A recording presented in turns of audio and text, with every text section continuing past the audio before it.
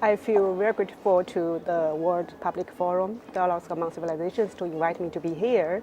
So I would very much cherish this opportunity to share with you about my institution and about my own research interest. Yeah. I'm from, as I mentioned, from Beijing University, the Institute for Advanced Humanistic Studies. And our founding and current director is the world-famous scholar, Professor Du Weiming. And our institute is structured with 4 centers: Culture China Center, Global Ethics Center, Center for Dialogue Among Civilizations, and Yangqi Center. So all 4 centers indeed have quite close interrelated connections that have worked together for the common goal. So our same major mission is to be rooted in the traditional Chinese culture.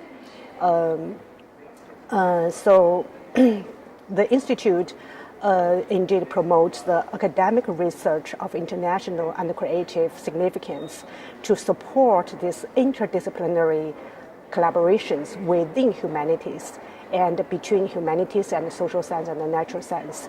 So to kind of like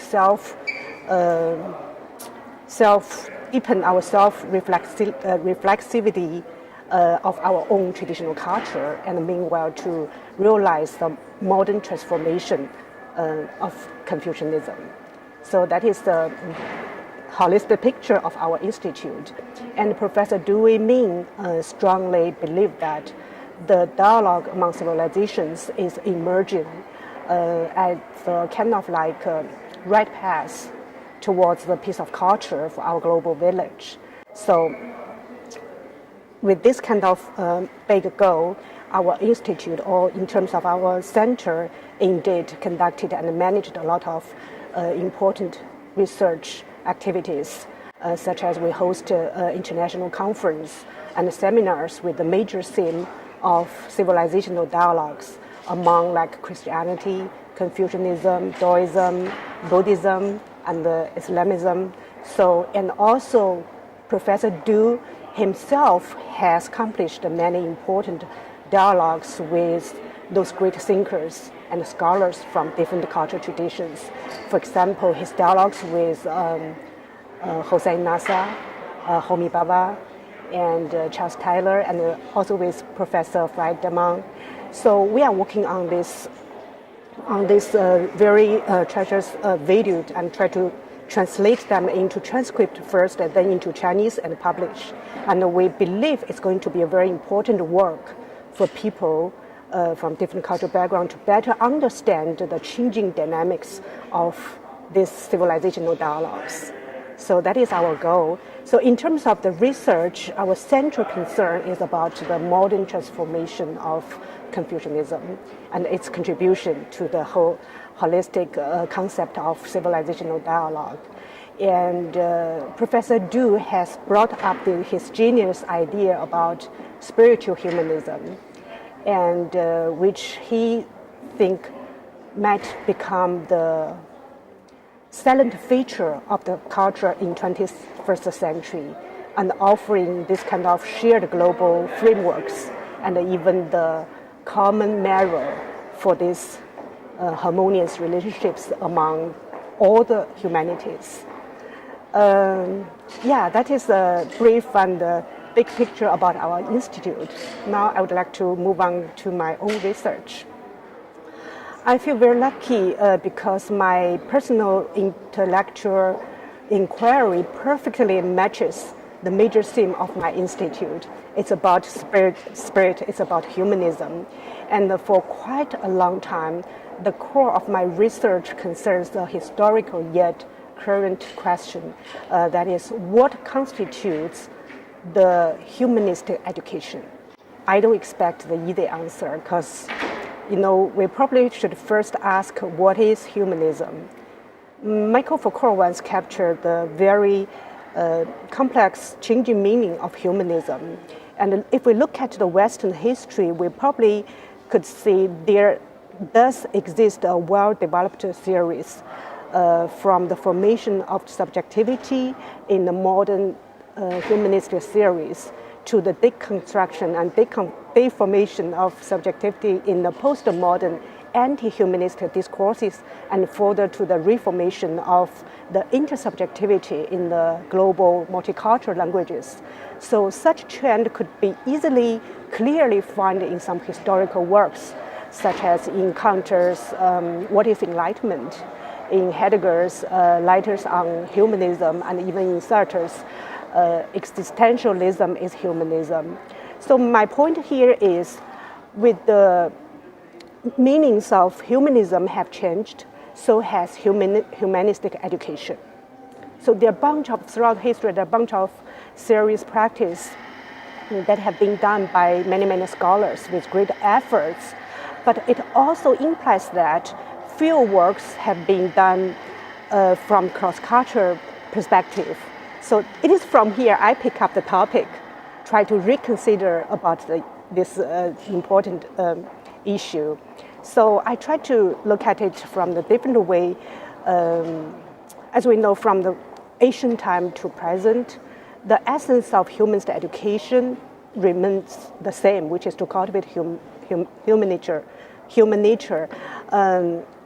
Gradually, it becomes kind of like commonly recognized that human nature could be developed only when it is in social encounters with other people, with the society, and with the world. So such recognition indeed kind of indicates that the humanist education has become a kind of project that encompasses the I and the soul relationships. I borrowed the term from the Jewish philosopher Martin Buber. I think it's just wonderful, but I try to expand his concept in a broader context. And the assumption here is, the more I and the soul relationships share reality, the more complete is their, the more complete is their, the more complete is their humanity could develop. That is an assumption. So my intellectual curiosity is to unravel this ever-expanded, complex reality in which I and the soul relationships have struggled, survived, and even thrived. So crossing this time and space, I explore the classic humanist ideals by tracing, back to Western and the Chinese origins. The study finds that both Platonic and Confucian ideals emphasize the cultural foundation of humanist education, and both stressed that its goal is to cultivate, like we see, personal perfection, and to extend this individual morality to others, to society, and even to the cosmos. So use these ideas as a prism to reflect upon the current situation. I pursue two constellations of inquiry. And my first inquiry is about concerns about what culture should be taken as a common foundation. Yeah, so that is because as we know, culture could be like a double edge that empowers some people on the one hand, where disadvantage or put some other people even more vulnerable on the other hand. So I did a lot of research in the universities in the United States, in some Asian countries like Seoul, like Hong Kong, and also in Beijing, in China. So the research illustrated that the overemphasis on those Western civilizations will leave the other civilizations, for example, Asian and Islamic civilizations, as blank and discernible. Indeed, caused a lot of negative implications for students. It's easy to understand when they are exposed to this, biased curriculums. It is hardly for them to broaden their vision about the world. Instead, their vision, their understanding about other cultures has been narrowed down. So this is the first thing I'm considering. And the second inquiry of my study actually concerns about what if, in the globalization, the cultural foundation has been destroyed and replaced with the materialist foundation, in which education is conceived as a reproduction of current social relationships. So all these are the problems, And in response to these problems, I proposed that the dialogic humanist education should be constituted with 3 dialectical and transformative and so relationships, moving from like an individual to social being, concerning more about the tensions and the integrations between personal good and public good, and moving from this state citizenship to cosmopolitan citizenship, more focusing on the cultural encounters, either in conflict or in dialogues. And third, moving from becoming to being, dealing with this all kinds of crises caused by the modern instrumental rationality. So actually, Professor Du Weiming, as I mentioned, our director, he offers a very wise suggestion that Confucian values could be as a very powerful critique, as an alternative to Western Enlightenment mentality, to provide some guidance for people to get out of these hard times, So my ultimate effort, actually, indeed, is try to explore the possibility of creating this truly common cultural foundation and to further cultivate humanity in the new axial age, what we call new axial age. This reminds me that Karl Jasper once actually distinguished the difference between the first axial age and the second axial age. For him, during the first period of time, all civilizations existed independently and separately. However, during the second period of time, which is on the way to come, civilization, it is all about universal because it is global. So Professor Fred Damon actually also wisely pointed out that nowadays all civilizations have been pushed closer together. So cultural dialogue is emerging at least as a possibility.